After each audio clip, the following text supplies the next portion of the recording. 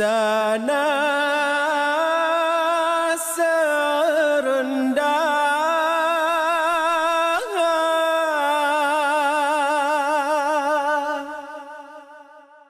sekebun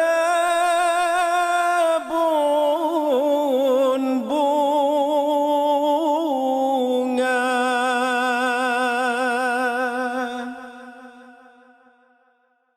di situlah riwayat bermula.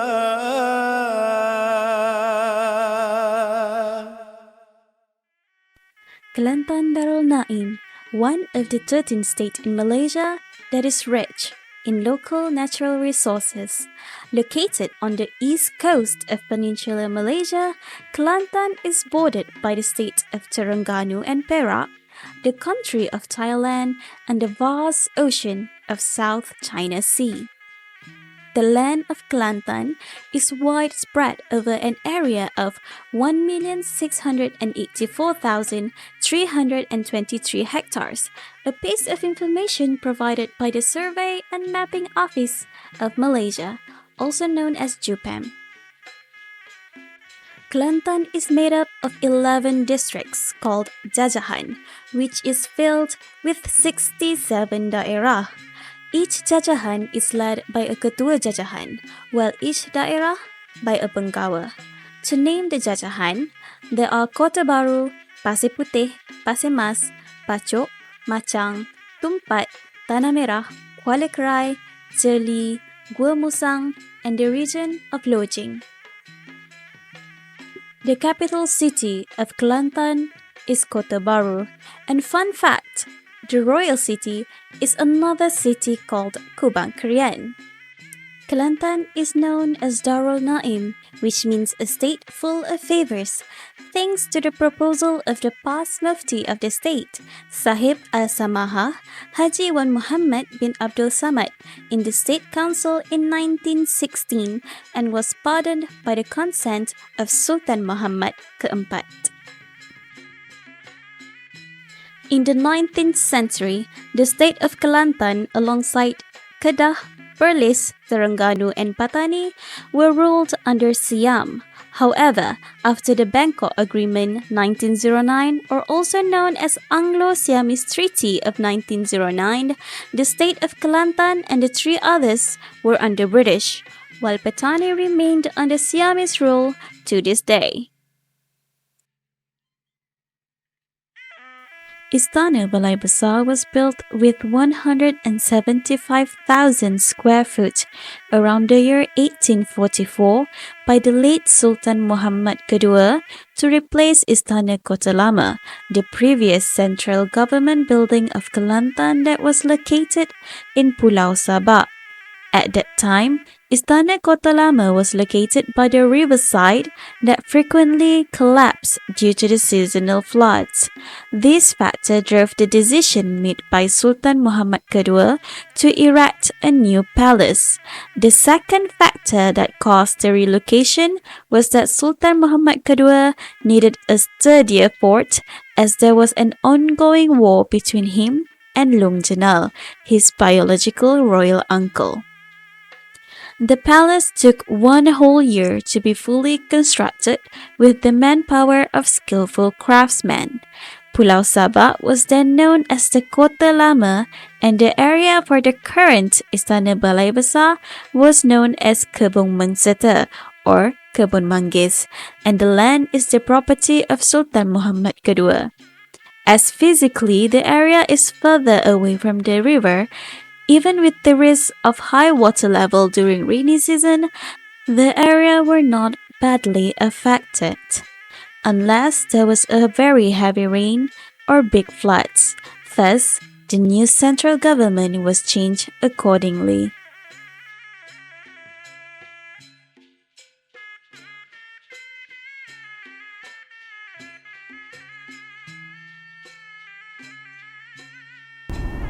Istana Balai Besar ini telah dibina semasa pemerintahan Sultan Muhammad kedua, iaitu pada tahun 1844.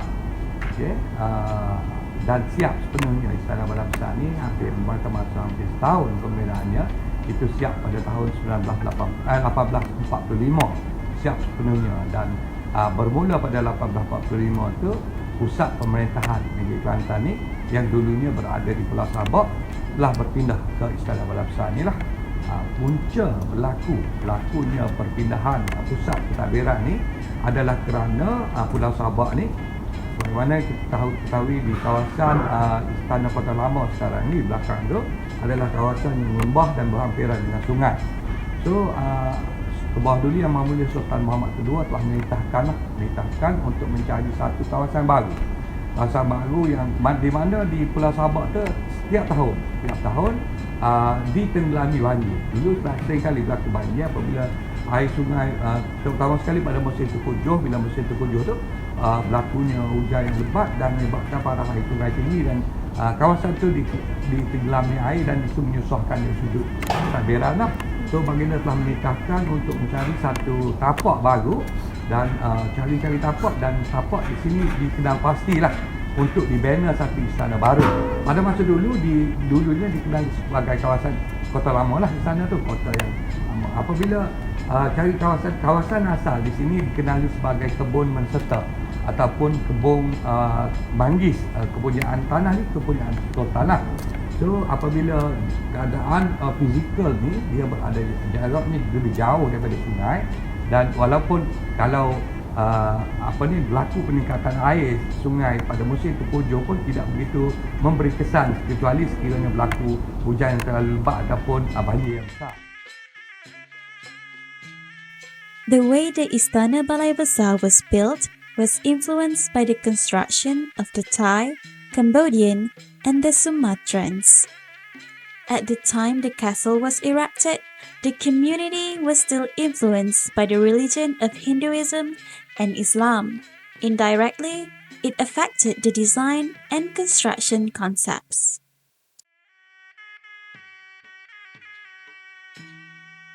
The constructions and design influenced by these beliefs include how foundations, floors, columns, roofs, walls, railings, and decorations were done. Pillars are sometimes used to connect one wall to another, while pillars are also erected alone without walls. Such pillars are called tiang seri, made of red chengal wood, and their length goes from the roof ridge to the foundation of the building. The foundation is planted 3 feet deep. At the end of the foundation, a tempurung jantan, a type of coconut shell, was placed due to old superstition that was once believed by the community. The beliefs of the Malays prevent the construction of the floor facing the entrance, and in the case of sill floor construction, it was built around the palace in hope that it can protect it. The construction of the coping or bendul is based on the concept of a snake circling the house. They also believed that this coping should not be cut or connected along with the space they surround unless it had to turn in the other direction. The decoration on the roof also has emblems based on beliefs. An example of it is a sunrise-shaped sail that can repel the palace away from all the jinn and ghosts.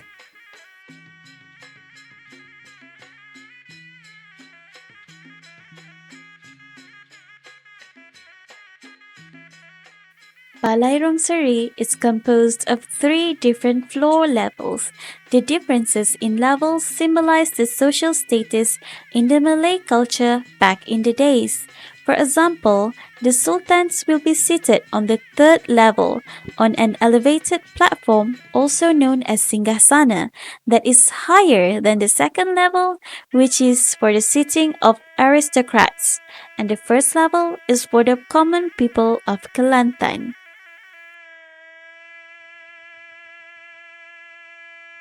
Istana Balai Besar uses one of the type of roof called multi-story roof of Berabung Lima. For the first layer, The roof uses timber construction method which utilizes the traditional Malay joint system. As the main structural elements of the roof beam called tapak alang, interlocking with tutup tiang by thumb called puting to prevent the joints from separating. Tapak alang also holds the ceiling joists where these joists are attached with ceiling panels. For the second layer, columns are connected to alang and at the end of it, there are buah putung, which interlocks by baji serong. Buah putung are used to support alang julur. The top of alang julur is attached using kasau betina, and finally a layer of ciriau are laid on top of it. Singgora tiles are then used as the finishes. For the third layer, Tunjuk Langit is located in the center of the roof structure and is connected with alang from bottom interlocking by puting as a key. And for the top, it is connected to tulang rabung. The top of kasau jantan is attached to alang julu, which is attached to kasau betina, and finally a layer of juriau are laid on top of it. As the finishes, Singgora tiles are used to protect the entire system from local climate while enhancing the aesthetic value of Istana Balai Besar. Most of the walls at Istana Balai Besar are made from red chengal wood. The main function of these walls is to be a barrier between one space to another. In addition, it is a decorative material for spaces that have walls, and the type of wall differs from one space to another. Among the type of walls that are still available at Istana Balai Besar are dinding janda berhias, dinding janda ria, and kajang sebidang wall. Due to the very small openings, including windows and doors, there is very little natural daylight that can enter into the spaces in the palace. However, the natural daylight can still penetrate into the building through the small openings on the roof, which is made from plastic and glass materials at the period of government Sultan Muhammad keempat. There are three types of roofs found in Istana Balai Besar: bumbung perabung 5, bumbung potongan perak, and bumbung pemeleh. Influenced by the roof shape of Champa and Cambodian communities, bumbung perabung 5 is named so because of its 5 ridges, where 4 of these 5 ridges are placed at the 2 corners of the roof, forming an angle of 58 degrees and on the ground plane. Meanwhile, at the bottom of the end of the ridge is shaped to resemble the shape of a duck's tail. Bumbung perabung 5 is sometimes raised to 2 or 3 stories, as found in Balai Surong Tengah. The throne, or singgasana, is defined as a seat for a king or ruler of a country, especially in the context of the Malay community. The throne will be placed in a specific space of the palace, such as the front hall, and will only be used in certain customs only. A throne is an important tool of greatness that symbolizes the grandeur and power of the ruling king or sultan. The throne in the Istana Balai Besar is made of cengal batu wood, which is black in color. His Majesty Sultan Muhammad III sat on the throne in 1890. Then this throne was restored on 6th of December 1925, as approved by Almarhum Sultan Ismail. His Majesty consented by adding a dome to be 12 feet high, 13 feet 9 inches wide, and 9 feet 6 inches long, and equipped with the king's yellow curtain. The throne is also engraved with the crown and emblem of the kingdom in the circle of young coconut palms on the 4 upper bouts, and is covered with yellow velvet. The old carving is plated with gold plating around it. The Singgasana is stacked on 3 levels and is 2 feet 9 inches high. It is carved with carvings depicting the leaves of dala flower, and the front dome is placed with the markings of the Order of Merit of the state of Kelantan. On the hem is carved an embossed crescent and a 5-pointed star in a circle of young coconuts plated with marble gold. The holy verses of the Quran are written between the recipients, and on the 4 corners of the vase is placed by the emblem of Kelantan government. Most of the ornaments in the form of humans or animals have been modified to the shapes of flowers and leaves by the prohibition of Islam in forming ornaments that resemble living creatures.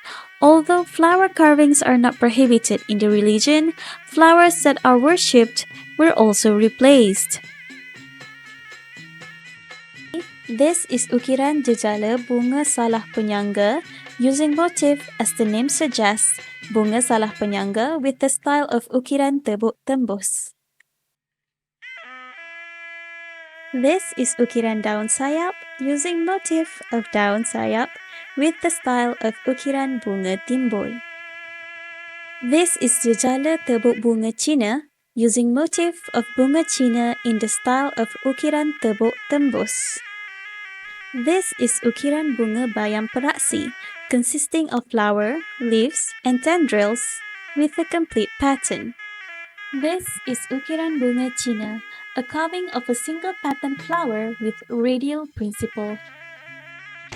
Jarah ni saya ingat masa tahun 60-an 70-an tu dia tak ubah lagi lah. Dia tak ubah. Banjir besar tu kan 67 dia repair, dia beki semua.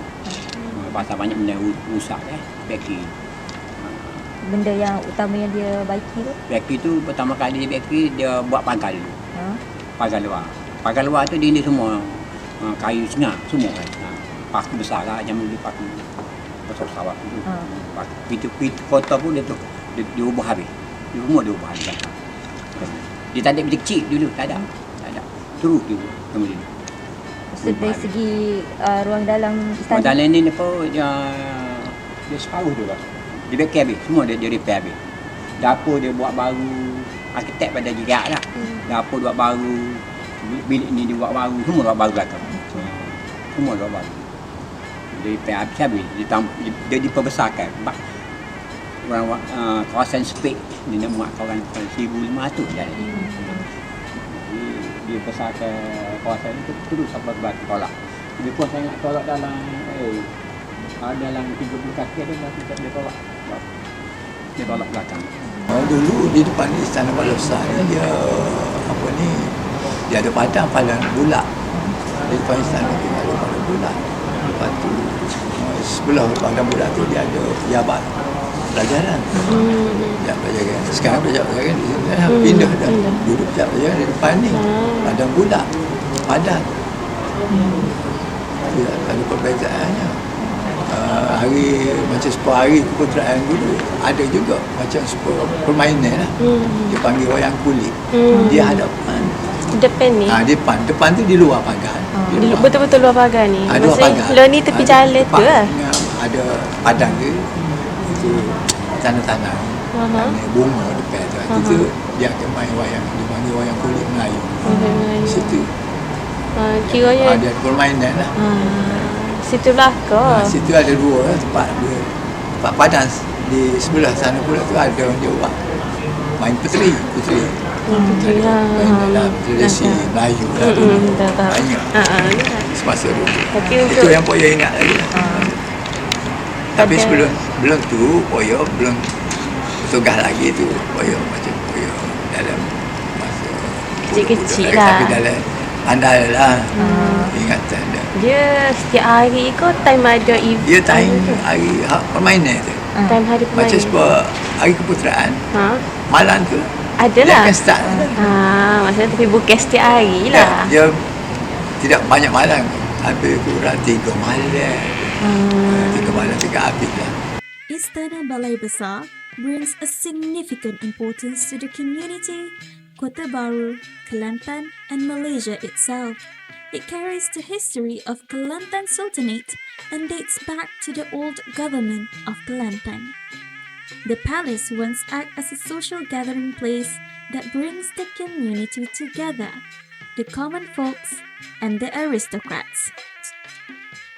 A building that had such a big impact on the society should be conserved, and that is the purpose of our project, Measure Drawing. It is to create a drawing that can be referred to or to live as a tangible proof of the existence of the palace, showing how it was built and the history behind the building.